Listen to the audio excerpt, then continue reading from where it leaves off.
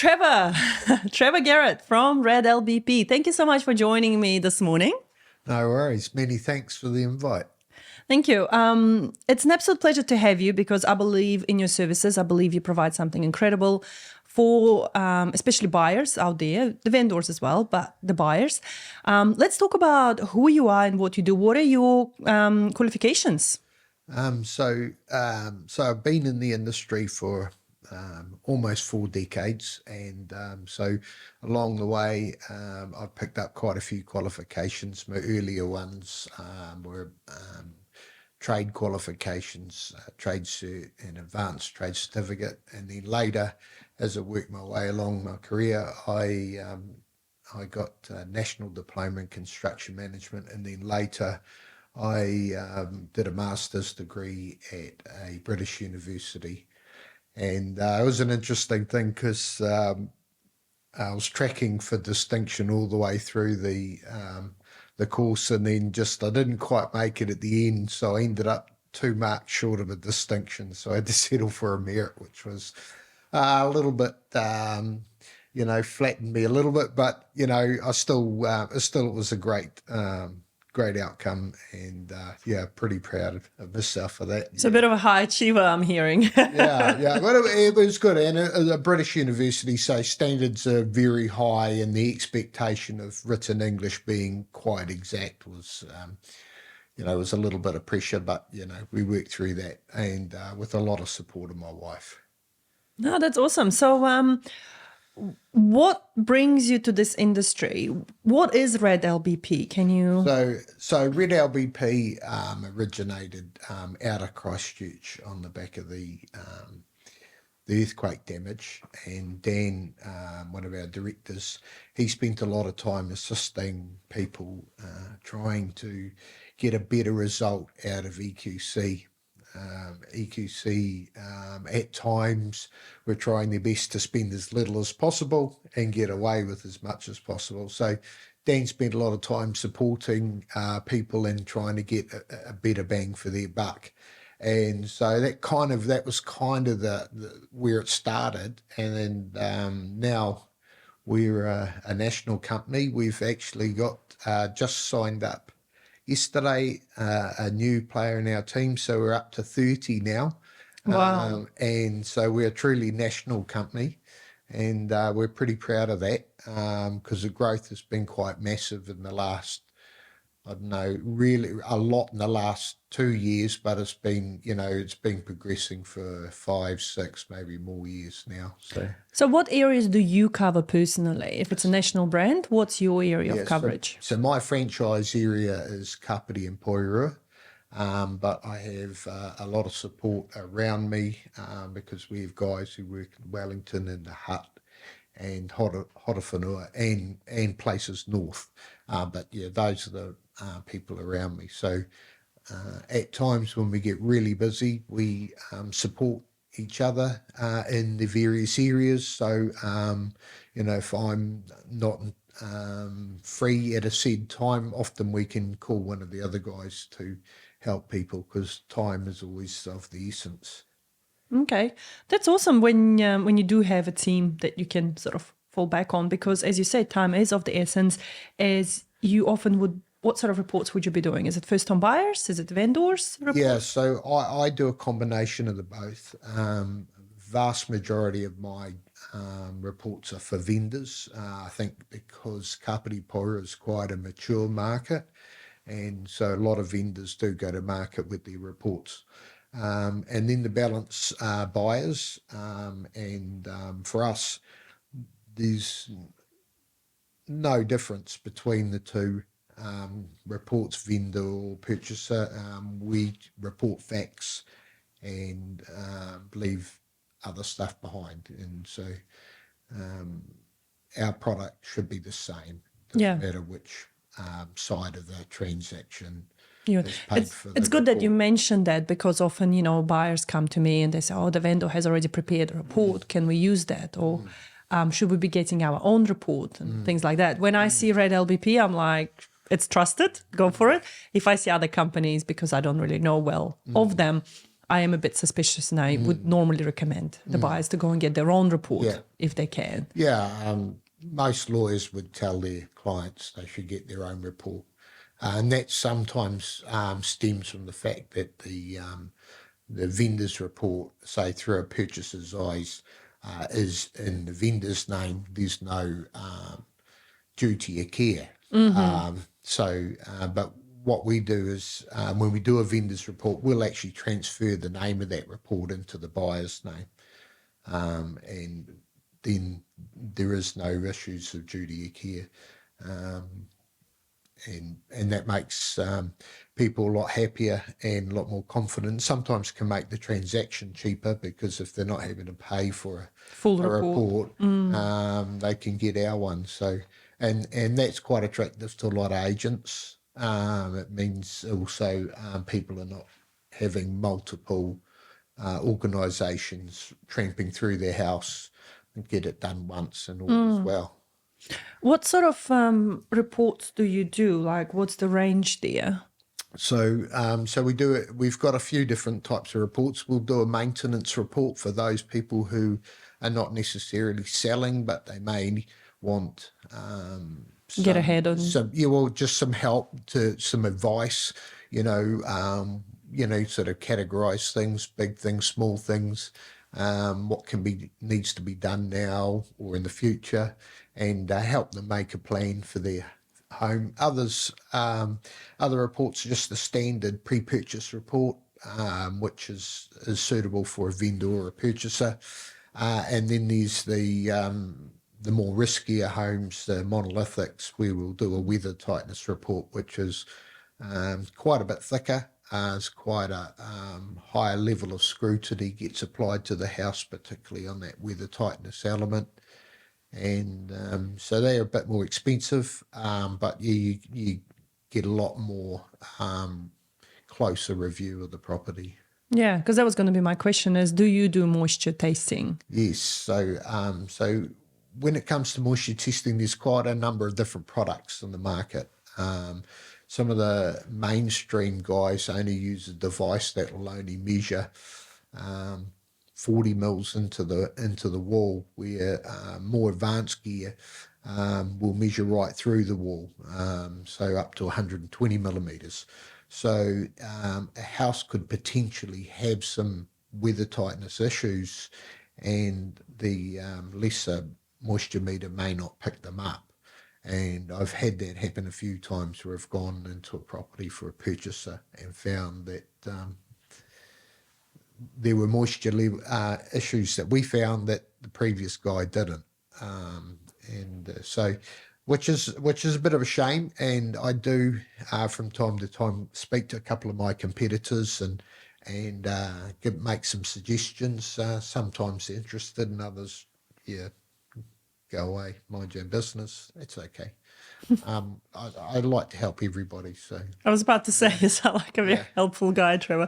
But that's the thing, like if you can help your industry to get better, then it will save a lot of grief across the board. Like if the vendor knows they've got issues with the property straight up, then it's much better to address that with the purchaser versus vendor getting an okay report, and then the purchaser going and spending money and getting not so okay report, and then the finance will collapse because of that. And so that's one of the strengths of the argument of getting a vendor report, because a vendor will know in advance if the property has any question marks about it, and if they know that in advance, there's an opportunity for them to do something, or it could be a question of disclosure, so that when offers come in, they're less likely to fall over, and then if it's a fairly biggish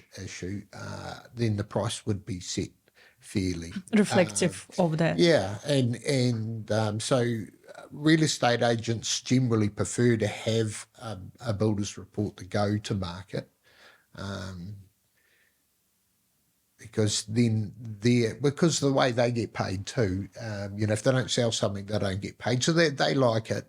Some vendors will say, oh well, it's not really in our interests, and But if a transaction falls over at the last minute, well, it kind of is in their interest. It is, yeah. So you know, there's a bit of diversity in viewpoints on that, and you know, both sides are probably have solid arguments. So just as let's say horses for courses, some people want to do it and some don't, and then you just work with what you got. But I'm a great believer of forewarned is forearmed, Yeah, I right? agree. So if you know, what you're dealing with. So Trevor, when you're expecting a house, what are you actually looking for in there? So, you know, we've been talking about weather tightness. Probably the most primary thing is Yep. is the exterior envelope performing? You know, is the roof sound, or is it need a little bit of future maintenance, or it needs some immediate maintenance? And then the exterior walls of windows, we're looking at, you know, are they windows flash well? Is the cladding clear of the ground? And things like that. So that's the most important bit, is the exterior envelope. And then as we look at all of those items in the interior and the services, what sort of maintenance demands do they have? You know, how worn are they? Do they need some a bit of refresh because they, you know, window sticking or something like that? So we're checking all of that. That's pretty important. And the bathrooms are really important because they're basically wet areas inside. So nobody wants water escaping from a bathroom. And unfortunately, from my experience, I'd say about 30% of all showers that I see leak. Wow. And it's quite a high percentage. Why is that? Often it's workmanship. It is quite a specialised field to install a shower. Some plumbers do them, some builders do them. Some guys just specialise and only do them alone. And although I don't know who's put them together when I come along, but I know when they leak, it's not extremely difficult for me to tell. And, you know, simple stuff like just taking the shower hose and pointing in the corners and turning the water on to see if any water escapes. But other ones are a little bit more tricky, like tiled showers. We might use a thermal image camera on those and see if temperature's leaking out of a shower. So there's a few little techniques we use, but yeah, it's and often they're not that difficult to fix. Sometimes they have some more, let's say, a little bit more sinister hidden problems. Because that's the thing, like if the water is leaking Yeah, and it's been for quite some time, then there is some gradual damage going on behind the scenes Yes. and rotting away the floorboards. And depending on how severe it is or how visible it is, it may be only a little bit, and it might just need some sealant work, and you know, that's it. Other times needs something a bit more radical. No, that's cool. In Kapiti, because you are around here, what sort of problems do you see mainly with the houses, apart from monolithic? Yeah, that's a good question. So because we're a coastal area, a lot of homes suffer from marine-related corrosion to the roofs. And closer you get to the sea, the more severe it is. So picking out houses that you know, getting the level of severity right in your report, so that you know, okay, yes, there's some surface rust, some painting could solve this problem, or oh, this rust's a bit more scaly, or you know, there's a few other bits and pieces wrong there, you know, it might need a little bit more. So yeah, definitely that one. Some areas are not connected to the city sewage system. So some have septic tanks. I was like, So, how is that possible? Hold on a second. yeah. So yeah, in Paikakariki, all the houses are on septic tanks. So they have slightly different maintenance demands for those properties. Yeah, so that's important. They don't leak and let stuff into the ground. So that is something that happens there. And then other areas that are a little bit more rural have bore water and for drinking rather than city water. And bore water can be what's called hard water, and so it can have a lot of effect on hot water cylinders and Califont water heaters and things like that. So sometimes they suffer problems because of the hard water, or let's say a slightly higher requirement for maintenance. Yeah. And do you put all of that in your reports as well for people? Yeah, we give lots of maintenance advice that's pertinent to the house, like, for example, Califonts, which, most people call them Renai. They often don't get serviced at all, but the manufacturer says, sort of every 18 months or 2 years, a gas fitter should give them a once over and make sure they run well. And heat pumps, a lot of people don't realise that every few months you should be opening your heat pump Really? and clean it out. Yep. I have not been doing that. Yeah, it's not a hard job. It doesn't require lots of skill. There is variability from brand to brand, but that's a simple thing. Okay. And often the performance of the heat is probably not that noticeable, but its energy consumption will go up. So it's probably only subtle things are going on, but yeah, they definitely run better when they're maintained. Yeah, no, that makes sense. Thank you for the timely reminder. I'll go and look at my heat pump today. And anyone else that's listening, please go and look at your heat pumps and gas fittings. So that's cool, Trevor. Thank you so much. I mean, a lot of first-home buyers, they are concerned, right, when they're buying a house, and especially if they're buying an older property versus a brand new property. And I try to encourage them to stay away from the monolithic properties because they can pose that extra risk and the stigma that comes along with that. In your ideal world, if you could suggest a first-home buyer to buy something, which is an existing property, older property, what sort of properties are ranked better than others? So they've all got pros and cons. I mean, you hear the words brick and tile a lot. Yes. And lots of people like brick because it doesn't require a lot of ongoing maintenance, and they seem to come with tiled roofs. For me, I like timber cladding.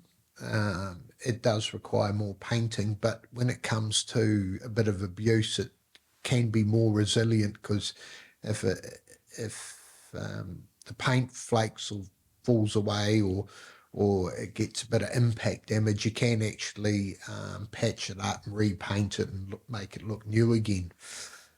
Brickwork, if you get, say, a little bit of shaky ground and the mortar cracks or something like that, patching up mortar, making it look pristine is quite difficult because over time and coloured mortars and stuff like that, it stands out. So you might have done a great job in doing some repairs, but it stands out, so it's not aesthetically pretty. So because I think most people like to have the house looking great all the time, or when they go to do maintenance, they want it to look great again, and sometimes it doesn't quite come off. So I don't think there's any particular building products that are better than others. They all have their own pros and cons, and again, it's I'd say a personal preference thing. Yeah. And I guess the key is to get the reports done, if you can, to understand what you need to do. Yeah, what you need to do and what you're getting yourself into. Now, that's fantastic. Trevor, thank you so much for your time today. And before we wrap up, I just got a question for you in terms of what's your favorite motto in life? Favorite motto? Yeah, what do you live by? I love to get to know people on a personal level a little. I don't know if I've got something particular, but I've heard a saying a few times lately, which is quite funny. And I've had conversations with people recently, and sometimes it always gets the politics and stuff, and you really not enjoying hearing the discussion, or it's fruitless because it just goes around in circles. It doesn't have to be politics, but conversations go around in circles. And and I was told never enter into an argument with an idiot because they will always beat you on experience. Oh, I love this one. I think that's the one I live by as well often, because you just can't. Yeah, you just can't. So no, thank you. That's brilliant. Thank you. And where would people find you if they need to look you up? Okay, so we're all over the place. You know, obviously our website, redlbp.co.nz. We're on Insta, Facebook, LinkedIn, and TikTok. So, TikTok. Yeah. You on TikTok? Yeah, we're Wow. on TikTok. Yeah, and we have a fantastic marketing team that operate out of Auckland. Our head office is in Christchurch, and they're constantly producing some really great material, and it's all over the place. So you only need to just get on any device, type in Red LBP, and you'll get blown away at how much is out there. That's awesome. Trevor, thank you so much for coming along today. I hope to have you again in the future and share. And what we can do next time is dive into actual case studies of where things, went good or bad or south. So thank you. It was a pleasure to have you and having this interaction with you. No worries. Thanks very much. Have a good one. Very good.